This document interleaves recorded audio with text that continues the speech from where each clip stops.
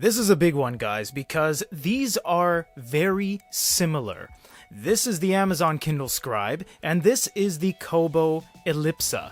The reason these are so similar is because these two are two of the big three, and that's Barnes & Noble, Amazon, and Kobo.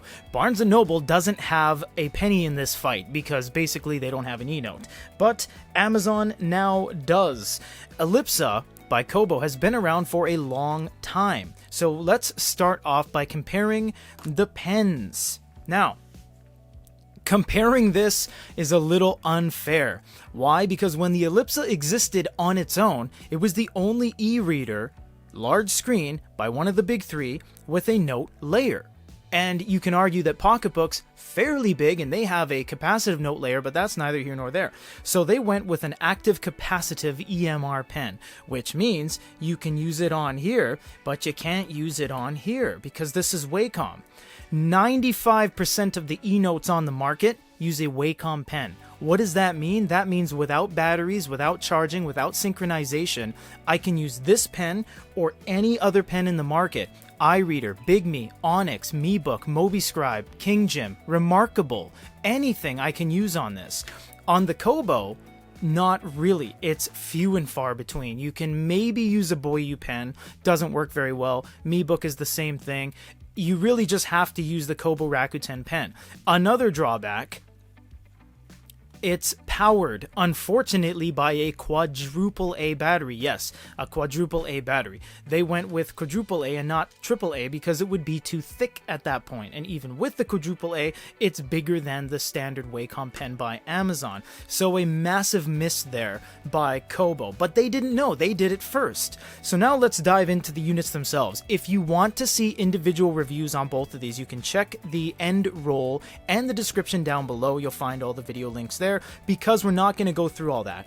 Kobo lays its stuff out like this. You get a top bar that doesn't drop down actually because it has individual icons. You can do things like the brightness, you can do things like Wi-Fi, you can check the battery level, you can go to sync, and you can go to search. On Amazon, it actually does have the drop down where you have airplane mode, sync, Bluetooth, all settings, and dark mode inverts, everything.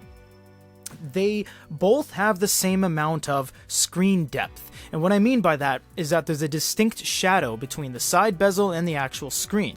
And that's because they both have a flush screen and bezel, so you get the idea and the feeling that the screen is really far away from you. And it is. Unfortunately, that's a massive drawback. And that's why things like the Quaderno and things like the Remarkable One look so good, because you're writing essentially on the screen, all things considered. You have tabs at the bottom, home, library, what you're currently reading or working on, notebooks, and more. And at the bottom you have home, library, essentially my books, my notebooks, discover, and more. Discover will be the store. We're not going to show you the store and stuff like that because that's not what these are about. We are going to go into a few things. Now with the Kobo, if you put a PDF on here, you can edit it by simply going to the PDF. If I click on the PDF that I sideloaded in here, like that, I can now edit it with my pen. If I click on the PDF on the Amazon and I try to edit it, I can't do it.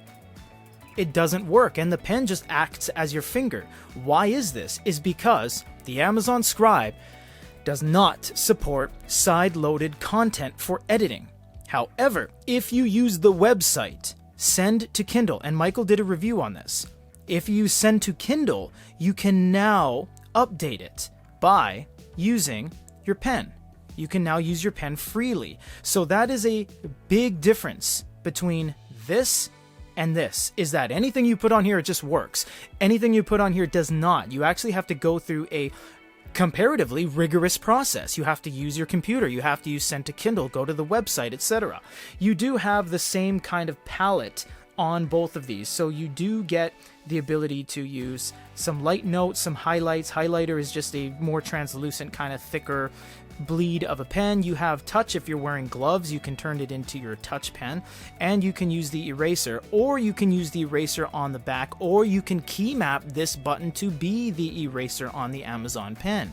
On the Kobo, outside of the note-taking segment, you actually don't get a dedicated palette that carries over here. You can draw the pen and you can press the button to go into highlight, and you can transfer between the two as you write. It's far slower than the Amazon unit that just works much quicker when you want to transfer between the two. And that's just because Wacom is more refined. It really is. It's a real thing, but it costs more money. Wacom licensing does cost more money than just regular EMR. And that's why a lot of companies go with this. You see, it didn't even work there. A lot of companies go with this when it comes to being a cheaper alternative to Wacom devices. But what you really want to see in these devices is the note-taking. We're going to start on the Amazon because it's so simple. It honestly is. It's good. Its simplicity has a lot of merit, but honestly, it's a little too simple for what we're used to. You get pen, you get highlighter, or you can click that, or you can just press the button, and you get the eraser, and then you get a touch, which is just your fingertip, and that's it. That's literally it. End of video. You get back, you get redo, and you can move the palette to the other side. Outside of that, if you go here, that's it. You don't get any settings. You can go to settings and map the keys on your pen, but that's really the only new feature. You can do highlighter, sticky note, pen, eraser, and you're really just done for the day, essentially. There's so little you can do on here. You can go over to here and choose some templates, so that's kind of nice. You can also go up to here and email anything you've written directly to anybody's email. You don't need to set up email accounts. You don't need to set up protocols or servers. It just works. But outside of that, the Kindle is just a barren wasteland. Now, this does have 300 ppi, which is great. It is fast, which is great. It looks awesome. And it feels significantly better than this. Does it feel like writing on paper? No, but it's better than the Kobo in terms of the writing experience. You get that sound feedback. The felt tips, even the palm tips, the plastic ones, are very, very nice. You get that resistance, a little bit of resistance. It is still a little bit of a slippery experience, but overall it is a lot better than the Kobo. Now, the Kobo has a lot of cool features though. If we open up a basic notepad right here, we have a canvas, and you can change the background, you can change the canvas, and you can do a drop down here to choose different things. So we can choose ballpoint pen, fountain pen, calligraphy pen, brush, and highlighter. So that's a lot more features than the Kindle. It's a lot by a long shot, and we get 5 colors to work with on the page. You do get pressure sensitivity too, but man, I must say, what a plasticky dollar store feel. It's not a dollar store device. It's a quite capable unit. Kobo is a very high quality unit, but the pen experience is just plastic on glass. Just very little resistance, inconsistent resistance too, very sticky up top, and then just falls out of hand when it moves over to any sort of angle.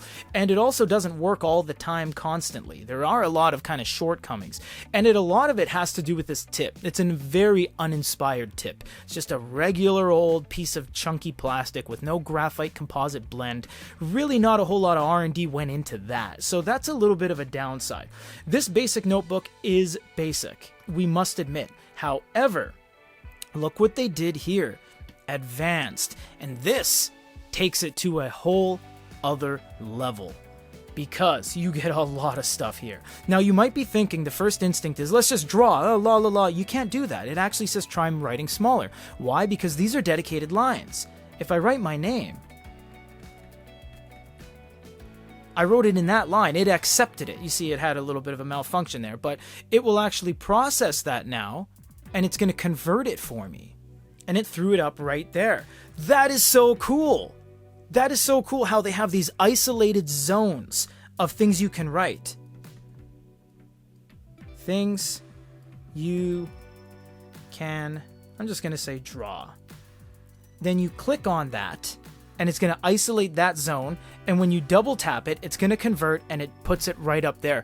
No other device does exactly what the Elipsa does. This was, in its own right, revolutionary. And not only that, look what else we can do. We can go up here and add other elements. I can add a canvas if I want, and this is my canvas from that end to that end and beyond. I can't go here and draw over it because you're crossing the borders of elements and it just doesn't like that. So that's my drawing. And you might be saying, oh, what do I do now? Well, that's okay. You can just move your canvas up and down and I can go to equations. You might be wondering what that math is doing there. You can go here and add a math equation and check this out. 2 plus 2 minus 5 divided by 4. I have no idea what that is, but the Kobo does. If I double tap that, I get exactly that answer. You can do fractions, you can do the square roots. That is so cool. And no other device does math equations. This is so nice. I can insert diagrams, I can insert freeform selection where I can just draw on the whole page. There's a ton you can do.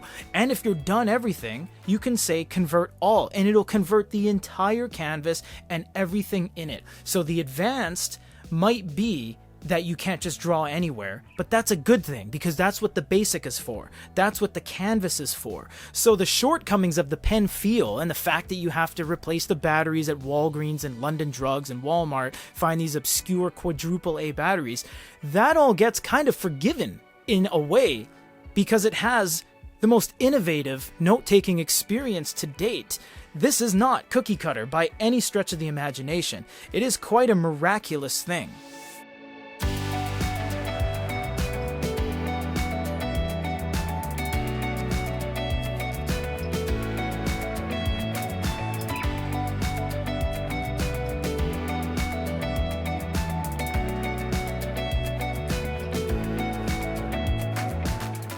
The ebook experience is a little bit unfortunate. And who is it unfortunate for?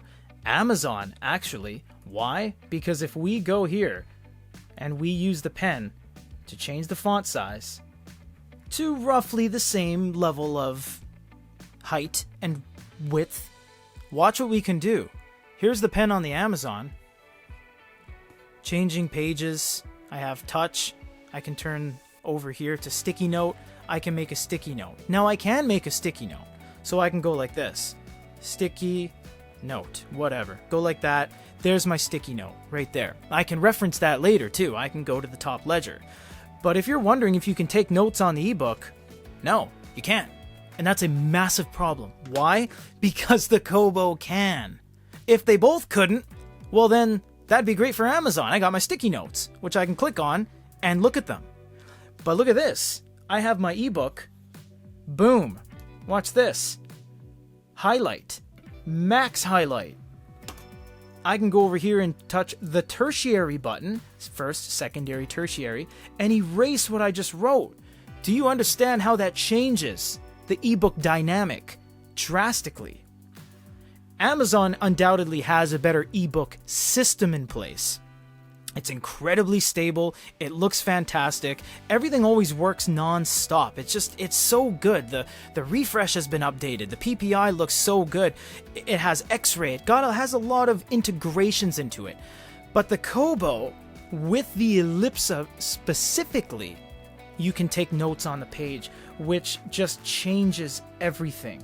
It really does. You get that Sony DPT level of highlight. You get the obvious must-have eNote capabilities on the page, and you still get all the same text augmentations up here, and you actually get publisher's default, which allows you to go publisher's default, but you can always change the margins, line spacing, and font size with an actual slider, not little dots. So you get a lot of different combinations and setups and justification down below. So you get a lot more you can do on here. Sure, you can't take a sticky note, but you can just take a note on the actual page, which the Amazon just simply can't do.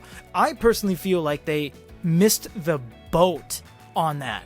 They have Wacom, they have a very high PPI screen, they have a 10.2 inch canvas with a pen an inch away, and they don't have note-taking on the page. Granted, they could update that with software, which I hope they do, because then that would really just excel this to the next level.